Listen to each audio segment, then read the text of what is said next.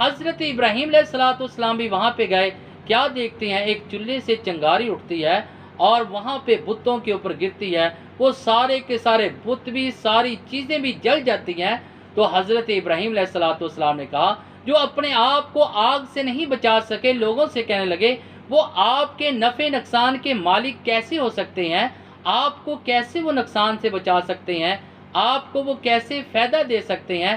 حضرت ابراہیم علیہ السلام نے یہ ساری بات ان لوگوں سے کہی، اور اس کے بعد حضرت ابراہیم علیہ السلام نے اگلے سال جس وقت ان کا یہ عید کا دن، یہ میلے کا دن آیا، حضرت ابراہیم علیہ السلام نے عہد کر لیا کہ اب ان تمام بتوں کا میں علاج کروں گا، جیسے ہی مجھے موقع ملتا ہے میں ضرور ان کا علاج کروں گا۔ حضرت ابراہیم علیہ السلام کے باپ نے حضرت ابراہیم علیہ السلام سے کہا کہ آئیں چلیں۔ حضرت ابراہیم علیہ السلام نے اس چیز کو آگے پیش کیا کہ میری طبیعت بہتر نہیں، میں بیمار نہیں، اس دن اور آج کے دن میں نہیں جاؤں گا۔ تمام لوگ چلے جاتے ہیں اور وہاں کے مکہ کے تمام لوگ خالی ہو جاتا ہے، کوئی بھی وہاں پہ موجود نہیں ہے۔ حضرت ابراہیم علیہ السلام نے کہا، آج مجھے موقع ملا ہے ان تمام بتوں کو ختم کرنے کا، ان تمام کے ٹکڑے ٹکڑے کرنے کا۔ حضرت ابراہیم علیہ السلام نے کلہاڑا لے کر چھوٹے تمام بتوں کے ٹکڑے ٹکڑے کر دیے، اور جو بڑا بت تھا اس کو کچھ نہیں کہا، بلکہ کلہاڑا اس کے کندھے پر رکھ دیا کہ آ کر لوگ دیکھیں گے اور یہ سمجھیں گے کہ یہ بڑے بت نے ان کو کبھی بھی مناسب نہیں سمجھا کہ میری موجودگی میں ان کی عبادت کی جائے، اور اس نے اس وجہ سے ان تمام کو مار دیا۔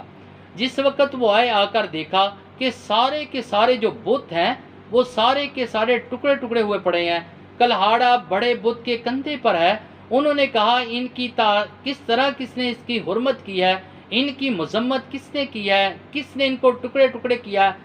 کچھ لوگوں کے کانوں میں حضرت ابراہیم علیہ السلام کے یہ کلمات موجود تھے کہ حضرت ابراہیم علیہ السلام نے کہا تھا میں آپ کے بتوں کا علاج کروں گا، لگتا ہے یہ اس نے کیا ہے۔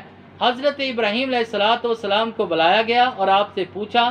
حضرت ابراہیم علیہ السلام نے کہا، یہ کلہاڑا جو بڑے بت کے کندھے پہ پڑا ہے، جس کو آپ اپنے لیے الہ اور معبود سمجھتے ہیں، اس نے قتل کیا ہوگا، اس نے ٹکڑے ٹکڑے کیے ہوں گے، اس سے پوچھیں۔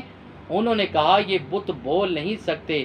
حضرت ابراہیم علیہ السلام نے کہا، جو بول کر یہ نہیں بتا سکتے کہ ہمیں نقصان پہنچانے والا کون ہے، ہمیں کاٹنے والا کون ہے، ٹکڑے ٹکڑے کرنے والا کون ہے، یہ آپ کے نفع نقصان کے مالک کیسے ہو سکتے ہیں؟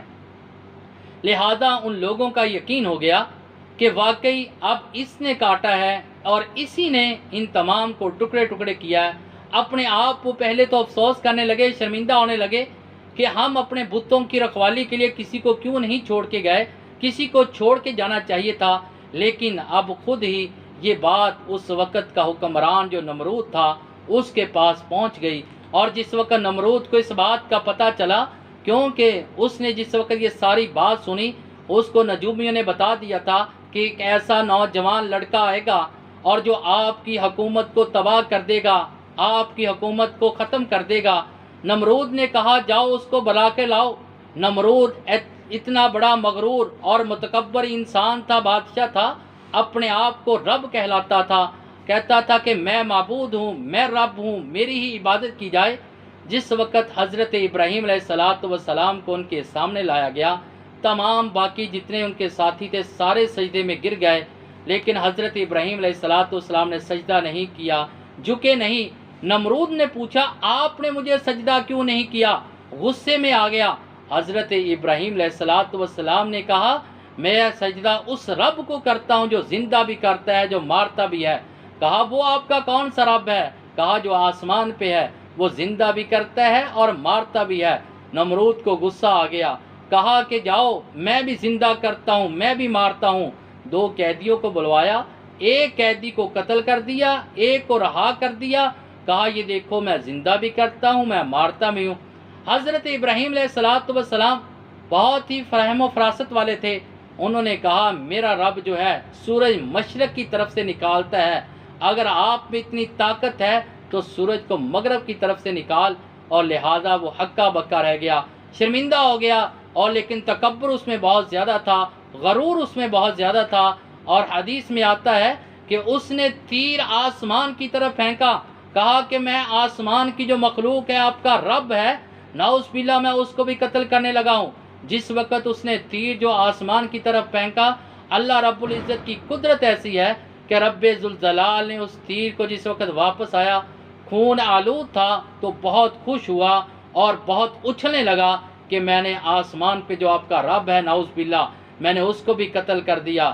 اور اس کے بعد اس کا بس نہ چلا حضرت ابراہیم علیہ السلام کے آگے، اور انہوں نے یہ پلان بنایا، یہ منصوبہ بنایا کہ آگ جلائی جائے، حضرت ابراہیم علیہ السلام کو اس آگ میں جلایا جائے اور تمام لوگوں کو جمع کیا جائے۔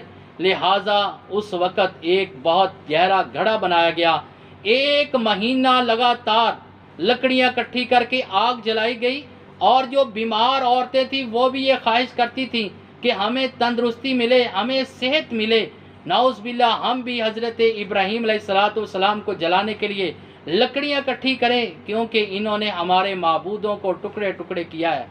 1 مہینہ آگ جلائی، آگ اتنی سخت تھی، آگ اتنی بہت زیادہ سخت ہو چکی تھی، ایون کہ یہاں تک کہ اگر کوئی آسمان سے پرندہ اڑ کر جاتا تو وہ پرندہ بھی جل جاتا۔ آگ جلانے کے بعد اب انہوں نے فیصلہ کیا کہ آگ تو بہت زیادہ سخت ہے، اب اس آگ میں ان کو پھینکے گا کون اور ان کو ڈالے گا کون؟ اب شیطان نے ان کے ذہن میں ایک اور خیال ڈالا کہ منجنین وہ ایسی چیز تھی جس میں پتھر ڈال کر قلعے میں کی دیواروں کو پھینکا جاتا تھا کہ ان میں بٹھا کر ان کو وہاں پہ ڈال دیا جائے۔ جس وقت حضرت ابراہیم علیہ السلام کو آگ میں ڈالنے لگے، فرشتے اپنے رب سے کہنے لگے، اللہ تیرے بندے کے ساتھ کیا ہو رہا ہے؟ کیا ہمیں اجازت ہے ہم تیرے بندے کی امداد کر سکیں؟ جبرائیل علیہ السلام آئے، کہا اگر آپ کہیں ہم آپ کی مدد کر دیں، تو حضرت ابراہیم علیہ السلام کی زبان پہ جو کلمات تھے، کہا حسبی اللہ، میرا رب مجھے کافی ہے، اور بہترین ہے وہ کارساز جس کے لیے یہ سبھی کچھ، اور جس کی وجہ سے جس کے لیے میں اپنی جان کو پیش کر رہا ہوں، وہ سبھی کچھ جانتا ہے، وہ سبھی کچھ کر لے گا، اور وہی کافی ہے۔ یہاں سے اور اس طرف سے میکائیل اپنے کانوں کو لگا کر بیٹھا ہے کہ کسی وقت ابراہیم علیہ السلام مجھے مدد کے لیے کہیں، میں فوراً آگ کے اوپر بارش برسا کر آگ کو بجھا دوں۔ لیکن حضرت ابراہیم علیہ السلام نے کہا حسبی اللہ، میرا رب کافی ہے، اور رب میرا یہ تمام چیزوں سبھی کو دیکھ رہا ہے۔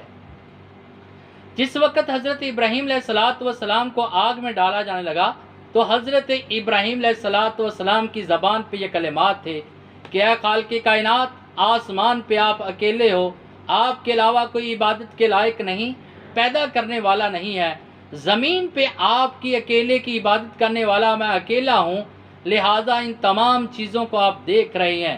اور جیسے ہی انہوں نے آگ میں ڈالا، ڈالنے کے بعد آسمان والے رب نے کہا اے آگ، تیرا کام ہے ٹھنڈا ہونا، تیرا کام ہے کوئی بھی تجھ میں آتا ہے تو جلا دیتی ہے، لیکن اب جو ہے ابراہیم علیہ السلام کے لیے ٹھنڈی بھی ہو جا اور سلامتی والی ہو جا۔ ٹھنڈی ہونا، صرف ٹھنڈی اگر کہتے تو اس کا مقصد یہ تھا کہیں ابراہیم علیہ السلام کو ٹھنڈک وہاں پہ محسوس نہ ہو، لیکن سلامتی والی بھی ہو جا۔ اور آگ کو سلام، صرف وہی آگ نہیں بلکہ اللہ رب العزت نے پورے روئے زمین کے اوپر، پوری زمین کے اوپر جہاں جہاں بھی کہیں آگ تھی، ہر آگ کو ٹھنڈا کر دیا۔ حضرت ابراہیم علیہ السلام بعض روایات کے مطابق 40 دن آگ میں رہے، بعض روایات کے مطابق 7 دن آگ میں رہے، لیکن آگ نے جلایا نہیں۔ یہ رب ذوالجلال کی قدرت تھی جس نے اپنے بندے اور اپنے دوست خلیل اللہ کی مدد کی، لہٰذا انہوں نے صرف رب ذوالجلال کی خاطر بتوں کو توڑا، یہاں تک کہ باپ بھی خلاف تھا، جلانے والوں میں سے تھا۔ اللہ رب العزت نے اپنے پیغمبر کی مدد کی اور اس طرح ان کو آگ سے بچایا اور آگ کو ٹھنڈا کر دیا۔ اور اللہ رب العزت سے دعا کہ اللہ تعالی ہمیں حقیقت جاننے کی توفیق عطا فرمائے۔ وما علینا الا البلاغ المبین۔